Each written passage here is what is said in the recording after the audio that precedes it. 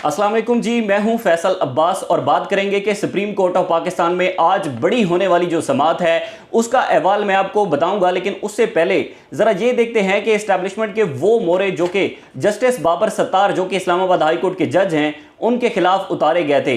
इस मौजूदा हुकूमत के तकरीबन 7 से 8 अरकान ऐसे हैं कि जो इस वक्त जो रावलपिंडी प्रेस क्लब है और इस्लामाबाद प्रेस क्लब है वहाँ पर जस्टिस बाबर सत्तार के खिलाफ बाकायदा तौर पर प्रेस कॉन्फ्रेंस कर चुके हैं और वहां पर आकर अपना मौक़िफ़ दे चुके हैं कि जस्टिस बाबर सत्तार ने ISI और दूसरे जो हमारे इंटेलिजेंस अदारे हैं उन पर इल्ज़ामात लगाए हैं। अब देखना ये होगा कि ये वाकई इल्ज़ामात हैं या इनमें हकीकत है, क्योंकि ऑडियो लीक केस के अंदर जस्टिस बाबर सत्तार जो है वो अपना मौक़िफ़ बिल्कुल वाज़े रख चुके हैं कि उन्होंने चीफ जस्टिस आमिर फारूक को एक ख़त लिखा था और ख़त में मौक़िफ़ अपनाया था कि ऑडियो लीक केस के अंदर जो इंटेलिजेंस के सरबराहान हैं वो उनको ये कह रहे हैं कि वो इस केस से अलग हो जाएं।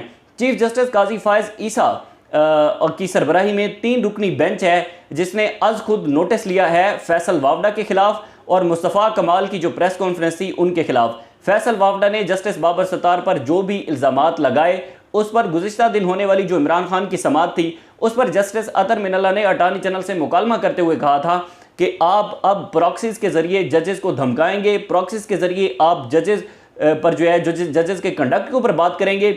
उसके बाद आज पहली समाअत हुई है सुप्रीम कोर्ट में।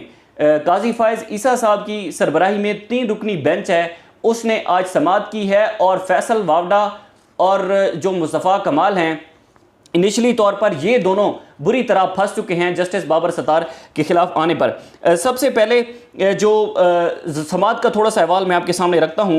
एडिशनल अटॉर्नी जनरल से ने जो चीफ जस्टिस हैं उन्होंने इस्तफसार किया है कि आप हमें ये बताएं कि फैसल वावडा की जो प्रेस कॉन्फ्रेंस है उसकी मुकम्मल वीडियो मौजूद है। उन्होंने कहा बिल्कुल हमारे पास इसकी मुकम्मल वीडियो मौजूद नहीं है, हम अभी सबूत इकट्ठे कर रहे हैं, मतलब मुकम्मल वीडियो हमारे पास आएगी, उसकी जो ट्रांसक्रिप्ट है वो फिर हम अदालत को देंगे। इन दोनों को जो शोकाज नोटिस है वो जारी हो चुका है तौहीन अदालत केस का, फैसल वावडा को भी और मुस्तफ़ा कमाल को भी, जिस पर चीफ जस्टिस ने आज बड़े अहम तरीन इसमें रिमार्क्स दिए हैं। देखना होगा कि जजेस के ऊपर जो एक इस्टेब्लिशमेंट की जानिब से प्रेशर है या उनको बदनाम करने की कोशिश की जा रही है उनके मोरों के थ्रू, इन सारे मामलात पर चीफ जस्टिस काजी फ़ाइज़ ईसा साहब कहाँ पर खड़े होते हैं ये बहुत ही इंपॉर्टेंट है।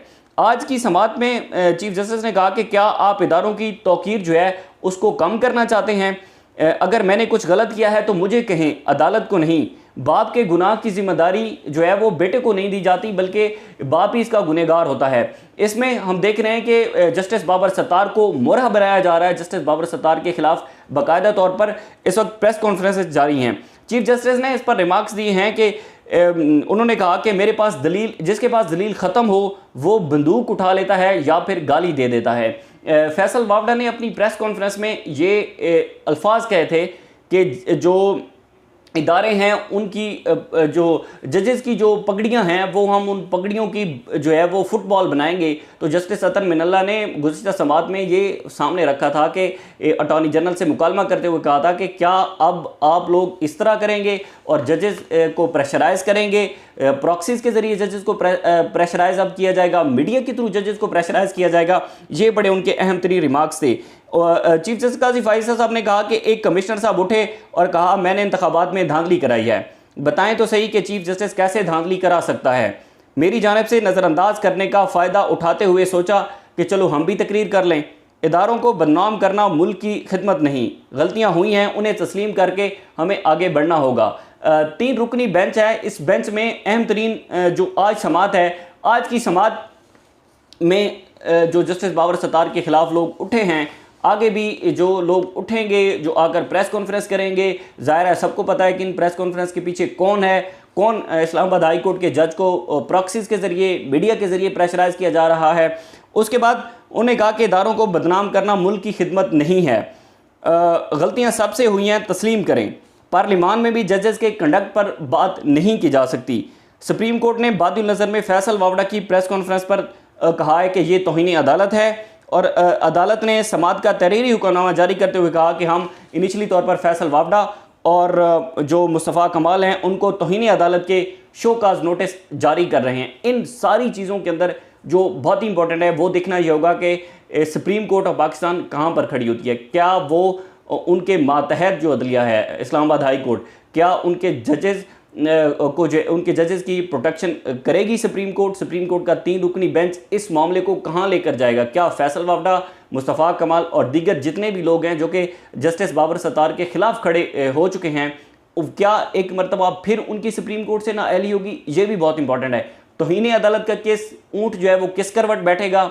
ज़ाहिर ऊपर बैठे तो काजी साहब हैं, और काजी साहब कभी नहीं चाहेंगे कि वो इस्टेब्लिशमेंट को नाराज़ करें, काजी साहब कभी नहीं चाहेंगे कि वो हुकूमत को नाराज़ करें, काजी साहब कभी नहीं चाहेंगे कि वो उनके इस वक्त जो ख़ास हैं, जो वेरी क्लोज हैं काजी साहब के, उनको नाराज़ करें। ये कभी नहीं होगा। लेकिन देखना ये होगा कि जजेस अपनी मातहत अदलिया के जो जजेस हैं उनकी प्रोटेक्शन करते हैं, क्योंकि इस वक्त इस्लामाबाद हाई कोर्ट के अंदर भी जो जस्टिस बाबर सत्तार और जस्टिस मोहसिन अख्तर कियानी ने जो चीफ जस्टिस आमिर फारूक को ख़त लिखे थे, उन पर भी अभी समाअत हो रही है। एक समाअत हो चुकी है कि बाबर सत्तार का जो कॉन्फिडेंशियल मालूमात थी वो किसने लीक की, बाबर सत्तार की फैमिली से मुतल्लिक जो भी डिटेल्स थी वो किसने दी, और फिर उसके बाद जस्टिस मोहसिन अख्तर कियानी के ख़िलाफ़ जो सुप्रीम जुडिशल कौंसिल में ख़त गया है, उस ख़त के पीछे कौन है, सोशल मीडिया पर किसने चलाया। इसमें बहुत सारे लोगों को नोटिस हुए, पैमरा को नोटिस हुए, उसके बाद